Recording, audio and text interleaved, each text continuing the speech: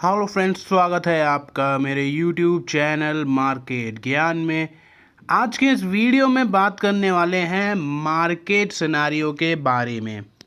आप सभी को पता होगा, अगर हम यहाँ पर देखते हैं तो जो इस वीक का मार्केट का हालचाल रहा है वो पॉजिटिव देखने को मिला है। एटलीस्ट आपको 2-3 ट्रेडिंग सेशन ऐसे देखने को मिले हैं जिनमें आपको बहुत बड़ी तेज़ी देखने को मिल गई है।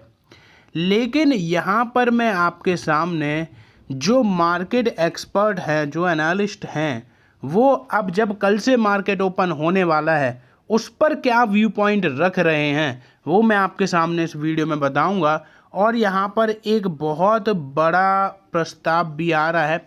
24 घंटे मार्केट ट्रेडिंग आवर्स ओपन रहने के प्रस्ताव पर क्या कुछ बोला है एनएसई ने, वो भी हम इस वीडियो में डिस्कस करेंगे।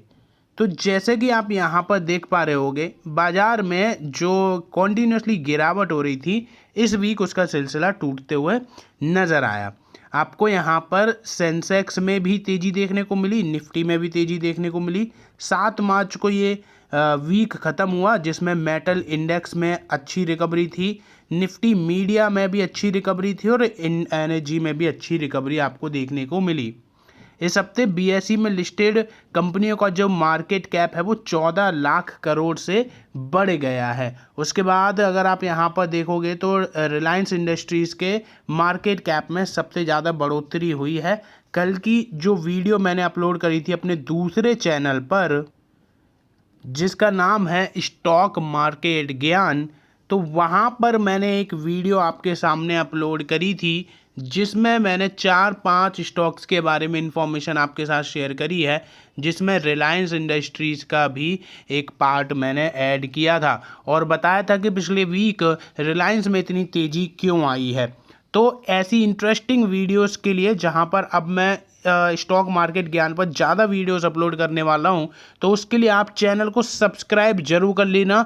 डिस्क्रिप्शन में मैंने लिंक प्रोवाइड कर दिया, अदरवाइज आप सर्च भी करोगे तो भी शायद आपको मिल जाएगा। इनिशियली वैसे थोड़ा सा डिफिकल्ट होता है बट उसके लिए लिंक मैंने डिस्क्रिप्शन में प्रोवाइड कर रखी है। तो जितने भी सब्सक्राइबर इस चैनल के हैं प्लीज़ जाकर उस चैनल को भी सब्सक्राइब कर लें, सो डैट आपको बहुत सारी इंटरेस्टिंग सी जो चीज़ें हैं वो मिलती रहें।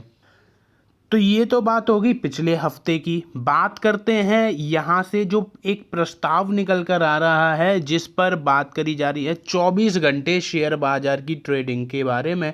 तो नेस्डेक के बाद क्या भारत में भी होगी 24 घंटे बाजार की ट्रेडिंग? सेबी का क्या रुख है वो अब जानते हैं। यहाँ पर अगर आप देखते हो तो नेस्डेक में ये फैसला ले लिया गया है कि वहाँ पर 24 घंटे ट्रेडिंग करवाई जाएगी। जैसे कि अमेरिका के दूसरे सबसे बड़े एक्सचेंज ऑपरेटर नैस्डैक ने 24 घंटे शेयर बाजार ट्रेडिंग चलने का फैसला ले लिया है। 24 घंटे मार्केट ट्रेडिंग का यह कदम अमेरिकी शेयरों की बढ़ती ग्लोबल मांग को देखते हुए उठाया है।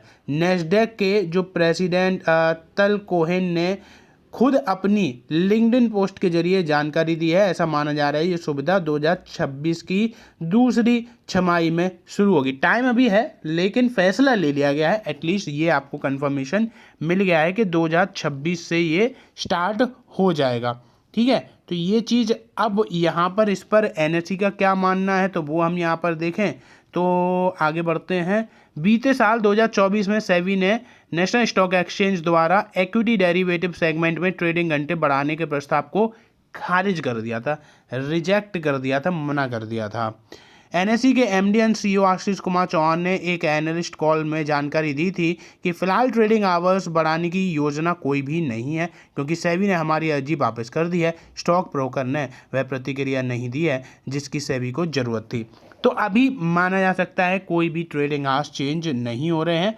अमेरिका में भी जो चेंज होंगे उसके लिए भी पूरा साल पड़ा हुआ है और यहाँ इंडिया में तो अभी इस चीज़ पर कोई भी डिस्कशन भी नहीं हो रहा है। अब इस वीडियो का तीसरा पार्ट यानी कि बाजार पर क्या कॉल है एनालिस्ट की वो देखते हैं। तो शेयर बाजार में हाल ही में काफ़ी ज़्यादा गिरावट हुई जिससे सबके पोर्टफोलियो जो है रेड जोन में जा चुके हैं। बाजार में इस गिरावट के पीछे FIIs, dollar rupees, Q3 weak earnings, global tension, tariff issue, ये सारी चीज़ें हैं जिसकी वजह से ये सारी चीज़ें हुई। लेकिन पिछले वीक में आपको रिकवरी देखने को मिल गई। लगातार 3 हफ्तों की बिकवाली के बाद बाजार जो है वो इस बार पॉजिटिव में क्लोज होते हुए नजर आया। आने वाले समय को लेकर दिग्गज निवेशक और बाजार के जो बड़े एक्सपर्ट हैं वो आशावादी अभी भी नज़र नहीं आ रहे हैं, यानी कि पॉजिटिव अभी भी नज़र नहीं आ रहे हैं।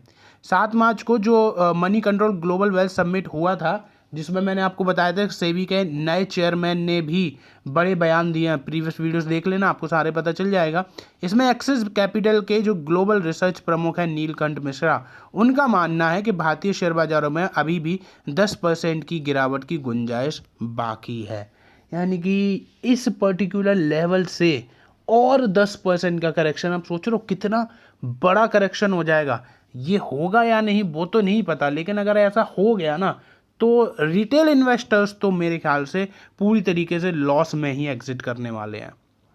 उन्होंने कहा कि बाजार में गिरावट का सबसे बड़ा कारण यह हो सकता है कि जीडीपी में तो बढ़ोतरी होगी, लेकिन मार्केट कैपिटलाइजेशन वहीं के वहीं रहेगा। आने वाले समय में बाजार में वॉलेटिलिटी बनी रहेगी। मार्केट कैपिटलाइजेशन और जीडीपी के बीच एक सही अनुपात के बारे में बात करते हुए उन्होंने कहा कि कोई स्वस्थ स्तर नहीं है जो हर समय बाजारों के लिए निर्धारित किया जा सके। उन्होंने कहा हमेशा एक सीमा रहेगी जिसके भीतर बाजार कारोबार करेगा। लेकिन जिस अकॉर्डिंग इन्होंने ये चीज़ बोल दी ना कि 10% का करेक्शन और है, इससे थोड़ा सा पैनिक मार्केट में हो सकता है। और देखते हैं और क्या कुछ रहा है।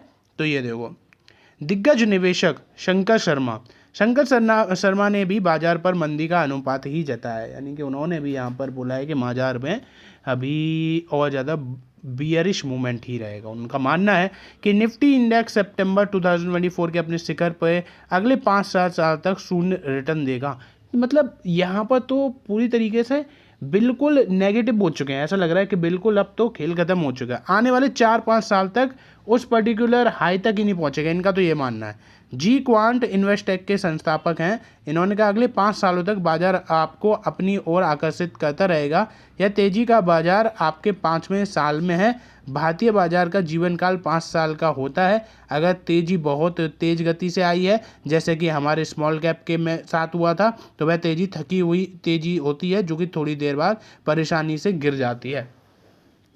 अब ये मैंने देखो आपके सामने व्यू पॉइंट्स रख दिए। मैं तो आपको कुछ यहाँ पर ये नहीं बोल रहा हूँ कि मार्केट के आपको अपसाइड में जाते हुए नज़र आएगा, डाउन साइड में जाते हुए नज़र आएगा।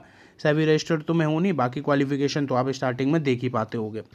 लेकिन यहाँ पर अगर आप देखते हो तो क्या कुछ हो रहा है कि बाकी जो एनालिस्ट हैं, रिसर्चर हैं, वो तो आपको यहाँ पर यही सलाह दे रहे हैं कि आने वाले टाइम में आपको यहाँ पर और गिरावट या मंदी का मामला देखने को मिल सकता है, जिससे मैं उतना ज़्यादा इत्तेफाक तो नहीं रखता हूँ। मेरे ख्याल से 2025 में आपको ज़रूर ऐसी चीज़ें देखने को मिलेंगी जिससे आपको लगेगा कि मार्केट में रिटर्न्स नहीं बन रहे हैं, लेकिन आने वाले टाइम में रिकवरी अच्छी होगी और मार्केट जो है वो एक बड़े लेवल को टच करेगा, ऐसा मेरा मानना है। बाकी आपके ओपिनियन क्या है कमेंट में आप जरूर बताइए। फिलहाल वीडियो में बस इतना ही। वीडियो अच्छी लगी हो तो लाइक कर दीजिएगा। दूसरे चैनल स्टॉक मार्केट ज्ञान को जरूर सब्सक्राइब कर दीजिएगा।